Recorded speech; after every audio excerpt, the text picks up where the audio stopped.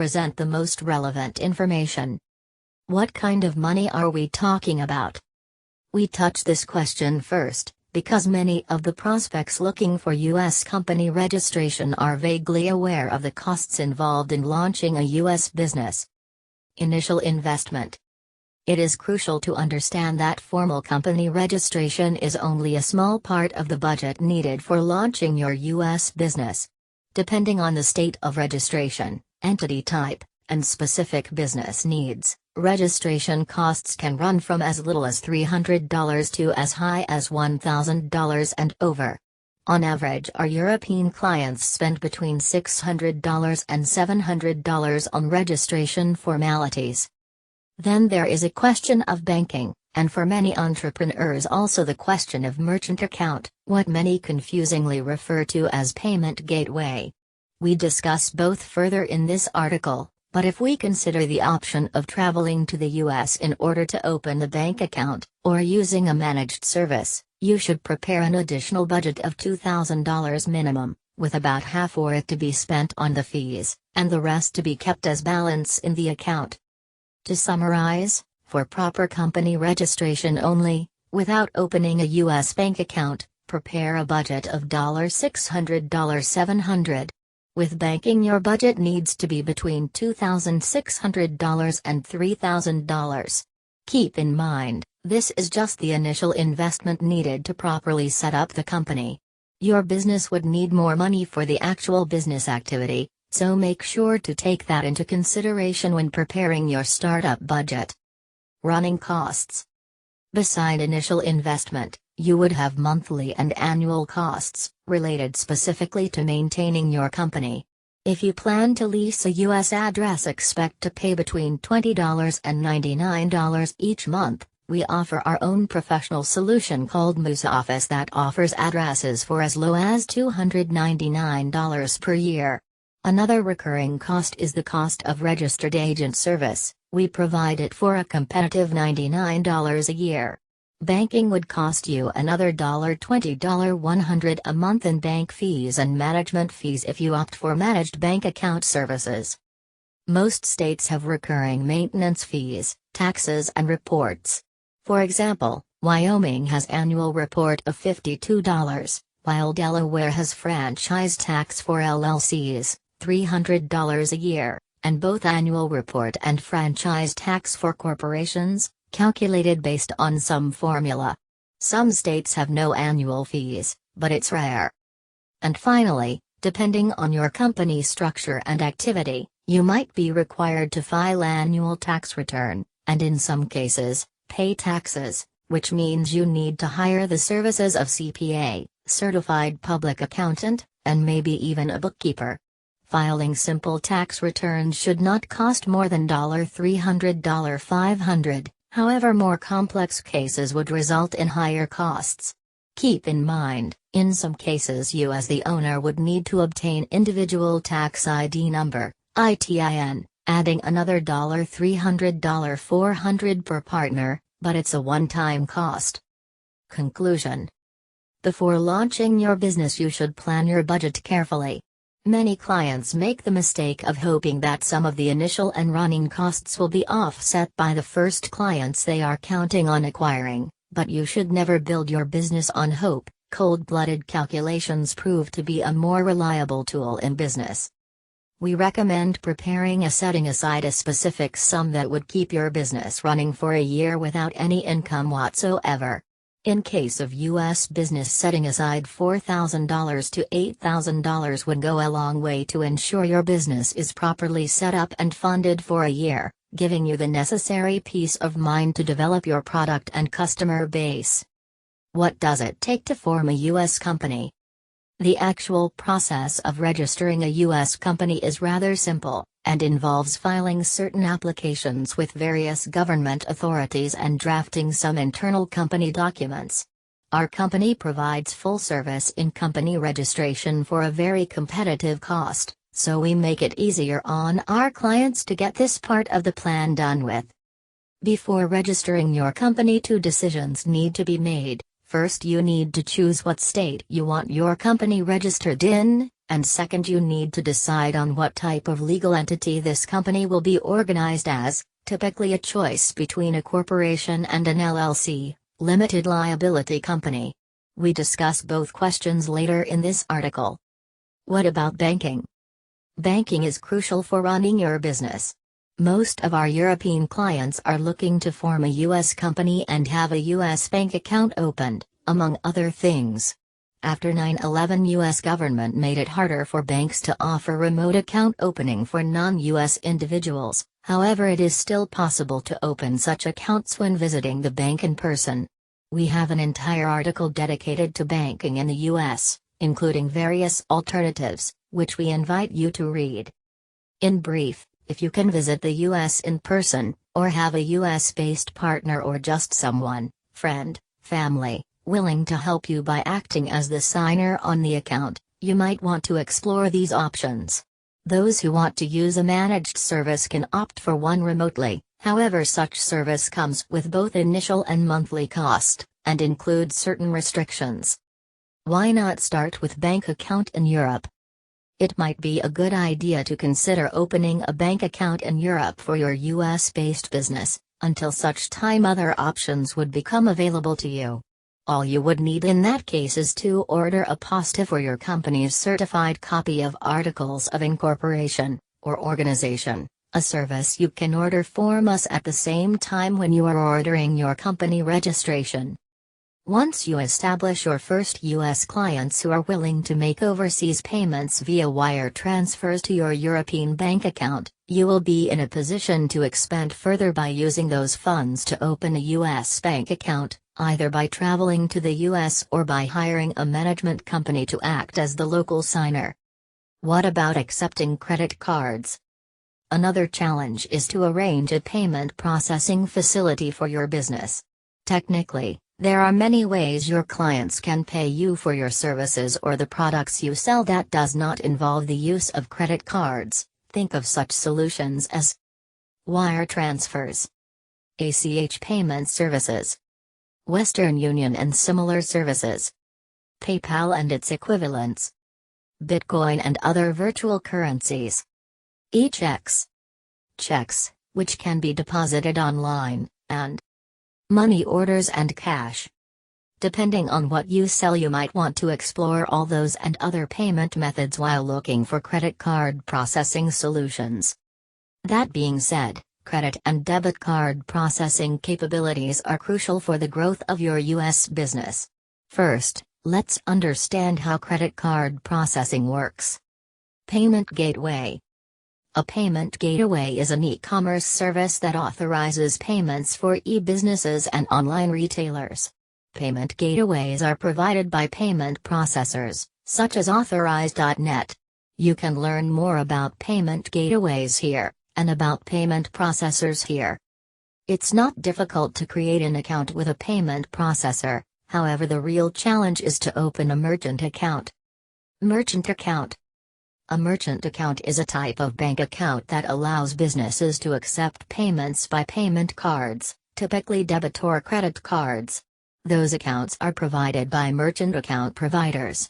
Funds processed through payment gateways are deposited in merchant accounts, which in turn deposit them in your company checking account, minus fees. The challenge with opening a merchant account lies in the fact that merchant account providers are exposed to the financial risk as a result of their clients' business activity, and this risk is mitigated by rigorous underwriting process and elimination of certain countries and specific types of businesses considered high-risk businesses. You can learn more about merchant accounts here. U.S. businesses owned by European clients, who don't have social security number or any merchant history in the U.S., would fall under high-risk category. There are merchant account providers that serve the high-risk niche, and they are called high-risk merchant account providers. Typically a U.S. bank account is required, but some of those providers would even offer services to clients with a bank account in Europe or other countries. Also, to offset the risk, those providers charge higher fees and have longer settlement times. Keep in mind, certain types of business activity, popular among our clients from Europe, fall under high-risk profile. Typical examples are remote IT services, staffing, etc. We suggest clients falling in this category to consider expanding their business services to include less risky categories, such as software development and IT services, and to use every precaution and best customer service practices in order to create solid merchant history with the merchant account provider. Good merchant history is key to opening a low-risk account in the future, which would result in reduced merchant fees and settlement times. Online payment service providers. Payment service providers, PSP, offer online services for accepting electronic payments by a variety of payment methods such credit cards, direct debit, and more.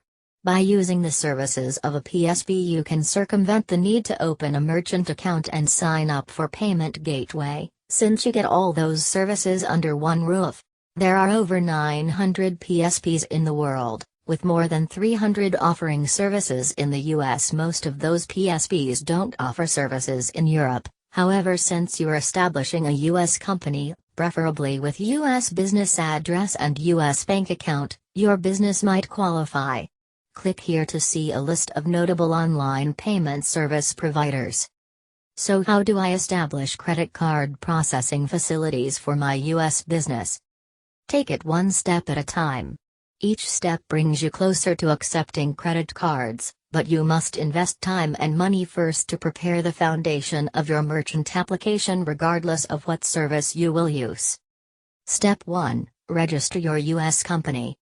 Step 2. Lease a US address with mail forwarding. Step 3. Open a US bank account, unless you can't, in which case you would be limited to certain high-risk merchant account providers. Step 4. Build a professional website for your business, clearly showcasing your business. Step 5. Research the list of online payment service providers, and try applying for an account with each one in turn, until you find one that will accept your application. Step 6. If that fails or you are not interested in this kind of service, then run a search for high-risk merchant account providers and try applying for an account with them. You will be required to provide additional documentation, in which case work on providing whatever is necessary to be accepted as a client. Step 7. If all fails, look to partner with a U.S. citizen or a permanent resident with good credit history, in order to open a regular, non-high-risk, merchant account with one of the large domestic providers. What about taxation? U.S. taxation is a confusing topic, so let's try to simplify it as much as possible. You should be concerned about the following types of taxes: income tax, sales tax, payroll tax, franchise tax, gross receipt tax, various specialty taxes, income and sales taxes. We cover the questions of income and sales taxes in detailed manner in our article U.S. Taxation for Foreign Entrepreneurs. The short version is, sales tax is charged on specific products, and its rate depends on the state where your business is registered or has significant presence. Income tax depends on your company type, LLC or corporation, states of registration, number and domicile of partners, etc. Make sure to read the full article for a better understanding of how sales and income taxes work. It is recommended to hire CPA to handle the question of taxation. Payroll taxes. Payroll taxes become relevant if your company starts hiring regular employees in the U.S. Keep in mind, contractors are a different kind of employees, who file their own income and self-employment taxes. So unless you plan to open a physical office and hire employees who will be working regular hours in that office, you will not need to worry about payroll taxes. Franchise tax. Franchise tax is another way for the state to cash in on the fact that your company is registered there. Only few states have franchise taxes, and in a way they are just another way you maintain your company in good standing, similar to annual reports and such. Two most notable states that levy franchise tax are Delaware, as of this writing it's $300 a year for LLC, For corporations it's calculated based on number of shares and par value, and California, as of this writing it's minimum $800 a year for LLC and corporations. Typically, the state and/or your registered agent will remind you when this tax is due. Gross receipts tax. Gross receipts tax is levied in a few states and on some entity types. For example, Texas has annual gross receipts tax. Your CPA will be able to assist you with the calculation of this tax, if your entity is required to file one. Various specialty taxes. For most part you wouldn't worry about those, as they are specific to certain activities, and often are related to companies with physical presence in the state. Some taxes you should be aware of are taxes levied on products containing tobacco or alcohol, in which case they require licensing and compliance. What state should I register my company in? U.S. companies are registered by states and territories, not by the federal government. That means theoretically you have 50 states, D.C. and several U.S. territories to choose from. Each state is different laws, registration fees, processing times, and renewal rules and costs. When making the choice of state you need to answer a few questions first. Are you launching a technology startup with a goal of raising investment from angels/VCs? If the answer to this question is yes, then you probably should consider registering a Delaware C corporation specifically, since this is the most popular tool for companies with this profile. Will you have a real office/store/warehouse in a specific state? If the answer to this question is yes, then you should consider registering your company in this state, even if it's not the friendliest or cheapest of all states. The reason is simple. Having real presence in a given state creates what is called strong nexus, requiring your company to be registered in that state.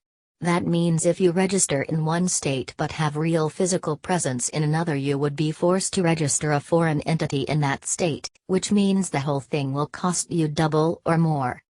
Incorporation-friendly states. If your business is conducted online and or run remotely from Europe, without any physical presence in the U.S., having clients doesn't make your business U.S.-based, then you should consider registering in one of the incorporation-friendly states. There are 3 states that are traditionally considered to be incorporation-friendly: Delaware, Wyoming, and Nevada. Of the 3 we typically recommend Wyoming, because Nevada is quite expensive to register and to maintain your company in, while Delaware comes with high franchise tax, steep penalties for late fees and relatively high maintenance fees.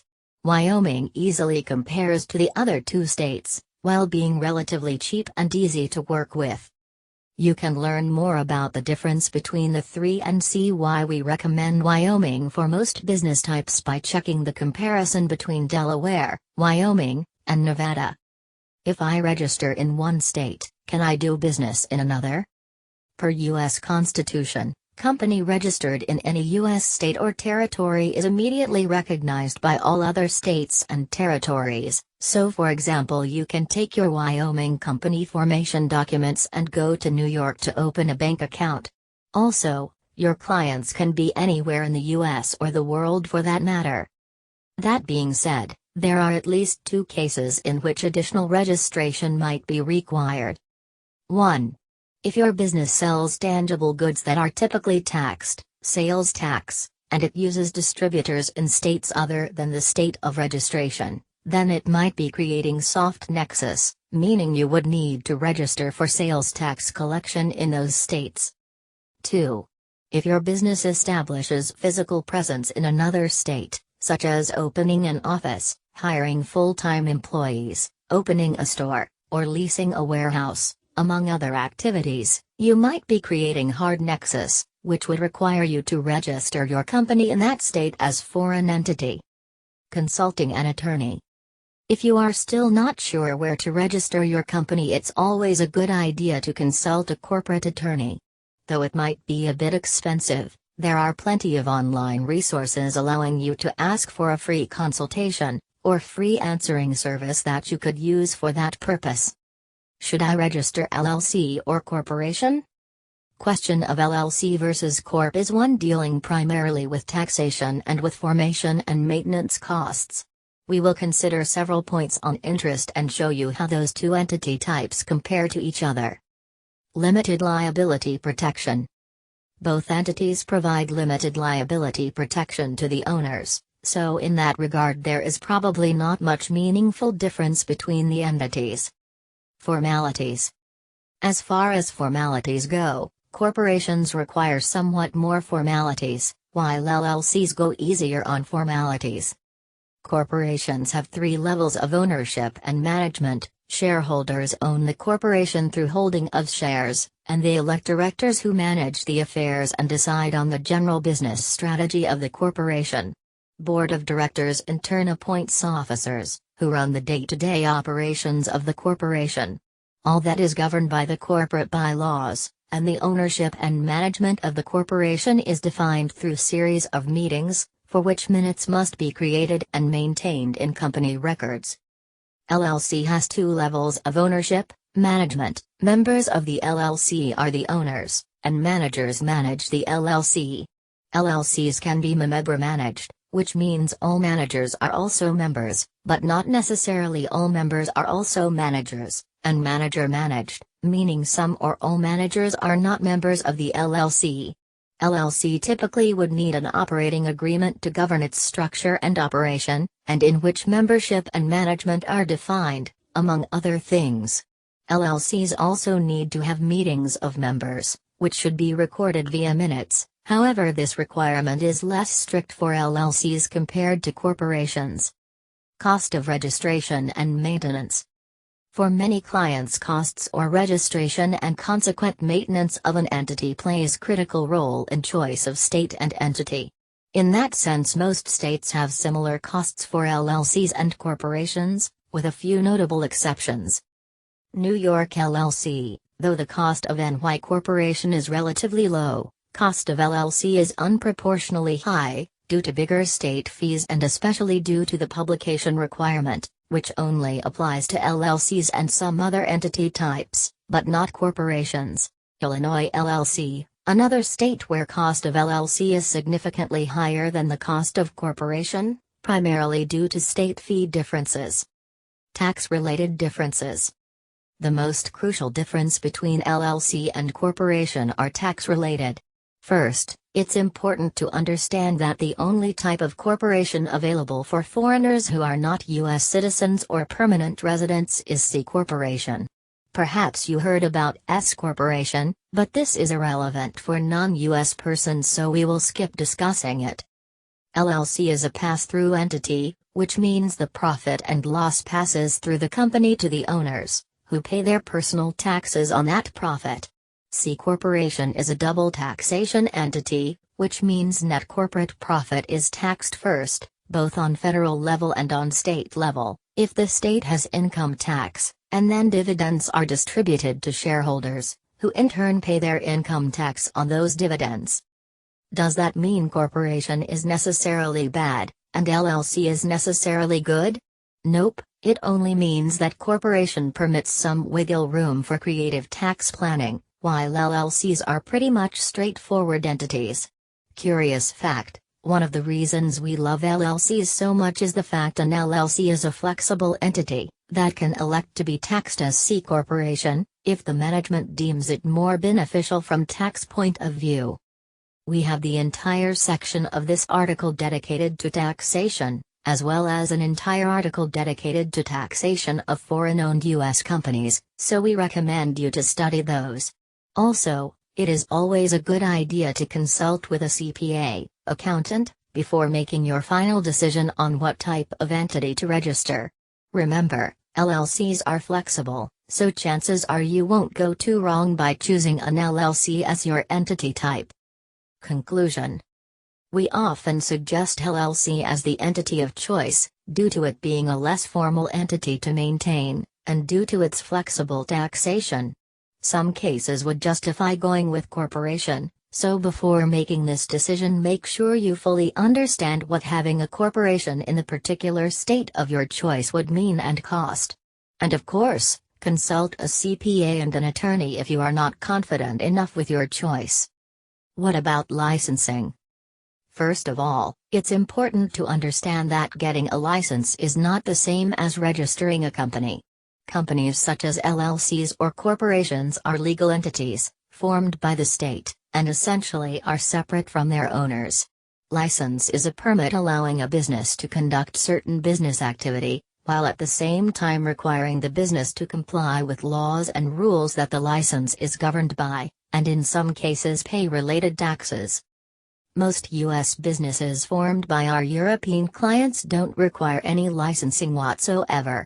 However, we do offer a license research service to make sure your business either doesn't need any licensing, or needs some specific licensing, in which case we will let you know what it is and how to obtain it. General Business License. A few states require all businesses formed in that state to obtain General Business License, like Nevada, which is one of the reasons we don't recommend this state. This is just another way for the state to cash in on the fact that companies want to or have to be registered there. Also, in some states, local authorities require businesses domiciled within the borders of the local jurisdiction, for example California cities and towns, to obtain local general business license. Typically this license is obtained at the same time or right after the company is registered, and it is renewed together with company renewal. Specialty licenses. Certain activities require specific license. The most common type of licensing we handle on steady basis is tobacco-related licensing. Other examples are alcohol licenses, professional licenses, gambling licenses, firearms licenses, dealerships, etc. Unless your business trades in regulated merchandise, products containing one of the regulated substances, or deals in regulated activity, it will not need any specialty license. If I have a U.S. company, can I move to the U.S.? Perhaps, but not right away. Typically, the more successful your business becomes, the better is your chance to obtain legal status in the U.S., even, eventually, obtain permanent resident status, green card. U.S. immigration laws are changing constantly, so you should be on top of the most recent updates, which can be done by periodically reviewing news on USA's website and similar sites dedicated to immigration to the U.S. in general. Certain visas exist today that allow foreign businessmen entry to the U.S. for such purposes as business trips, visas for investors, and visas for company executives. Following numerous requests by our clients to provide assistance with U.S. business visas, we have partnered with VisaPlace.com, a leading U.S. and Canada immigration service, to provide free immigration assessment for potential visa applicants. If I have a U.S. company, can I get Social Security number? No. Social Security number is given to individuals who satisfy certain immigration requirements, and most non-immigrant visas that justify obtaining Social Security number will restrict it to specific uses and activities. Having a U.S. company could be the first step in obtaining a legal status in the U.S., as explained above, however by itself it gives no right to Social Security number.